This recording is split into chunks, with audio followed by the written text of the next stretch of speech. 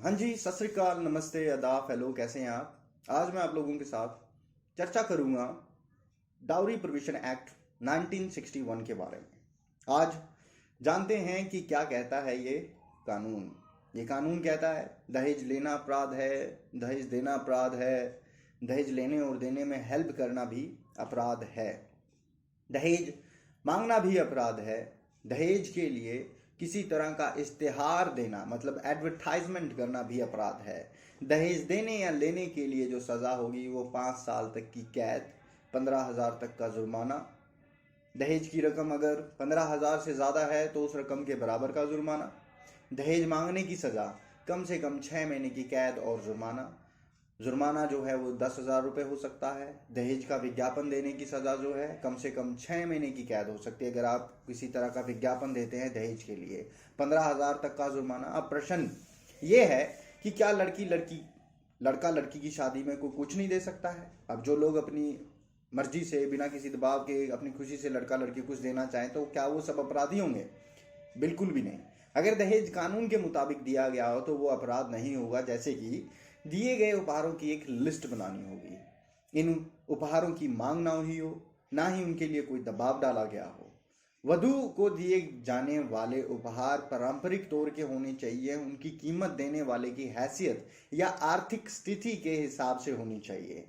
कानून के मुताबिक अगर दहेज शादी के पहले लिया गया है तो शादी के तारीख से 3 महीने के अंदर दहेज लड़की को दे देना चाहिए। जो उसका सामान है उसे दे दीजिए। अगर दहेज शादी के समय या शादी के बाद लिया गया हो तो लेने की तारीख से 3 महीने के अंदर लड़की को वो दहेज दे देना चाहिए। अगर दहेज तब लिया गया हो जब लड़की नाबालिग थी तो वो 18 साल की जब हो जाएगी तब उसको विद इन 3 मंथ्स वो दहेज दे देना चाहिए। जब तक लड़की के अलावा किसी और के पास होता है तब तक उस व्यक्ति के ट्रस्ट में होता है और उसकी पूरी जिम्मेदारी होगी उस सामान या रकम को वो संभाल कर रखे और सही समय आने पर उसे लड़की को दे दिया जाए। जो लड़की की तरफ से दहेज लेता है उसे कोई हक नहीं है कि वो दहेज को बेचे, खर्च करे इत्यादि। और अगर कोई व्यक्ति कानून द्वारा दिए गए समय पर लड़की को उसका दहेज नहीं लौटाता है तो उसकी शिकायत दर्ज करवानी चाहिए। उसे शख्स को जो है 6 महीने की सज़ा, 2 साल तक की जेल भी हो सकती है, 15 से 10,000 तक का जुर्माना या फिर दोनों भी हो सकते हैं।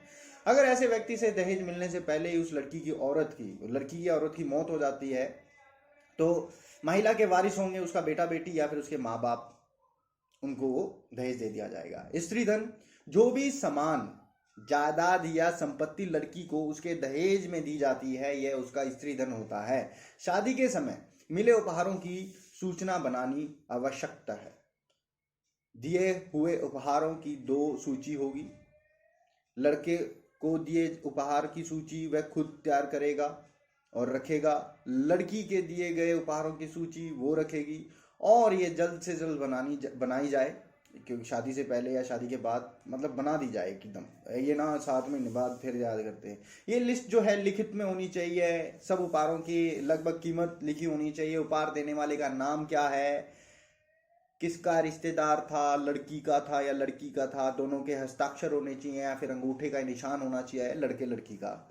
अगर लड़का लड़की चाहे उपस्थित रिश्तेदारों के भी सिग्नेचर करवा सकते, किन्हीं 2 जो रिश्तेदार हैं उनकी। दहेज संबंधित अपराधों की शिकायत कोई भी कर सकता है, जैसे कि कोई पुलिस ऑफिसर या फिर दहेज पीड़ित हो, माता पिता या फिर कोई रिश्तेदार या फिर कोई समाज सेवक संस्था या फिर कोर्ट को किसी मामले की अगर खबर है तो वो खुद भी मुकदमा दर्ज कर सकती है। रिपोर्ट लिखवाने के लिए कोई समय सीमा नहीं है, लेकिन रिपोर्ट जल्द से जल्द लिखवानी चाहिए ताकि सबूत खत्म ना हो जाए। दहेज जैसा अगर कोई अपराध करता है तो वो जान ले कि यह संज्ञेय अपराध है, जमानत नहीं होगी। अक्षम्य मतलब अपराधी जो है वो कैद की सजा से नहीं छूट सकता। देखिए, कानून को आए 42 साल हो गए हैं और मगर ये दहेज जो है, ये जो प्रथा है, दहेज प्रथा, ये फैलती जा रही है। अभी तक तो हमने बात करी भी शादी तक।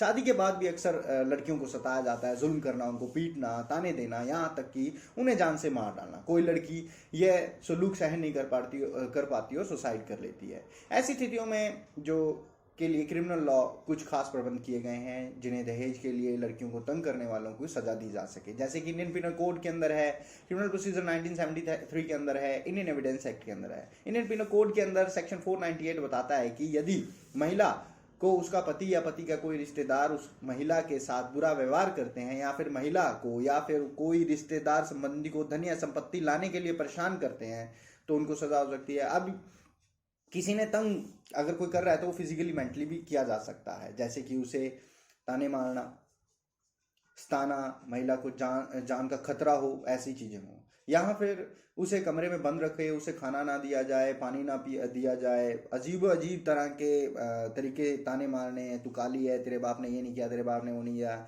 हमारी उम्मीदों पे खरे नहीं उतरे। तो ऐसे व्यवहार की वजह से अगर वो सुसाइड कर लेती है और मजबूर किया जाता है तो क्या होगा, रिश्तेदार और शख्स के खिलाफ एफआईआर दर्ज करवा सकते हैं।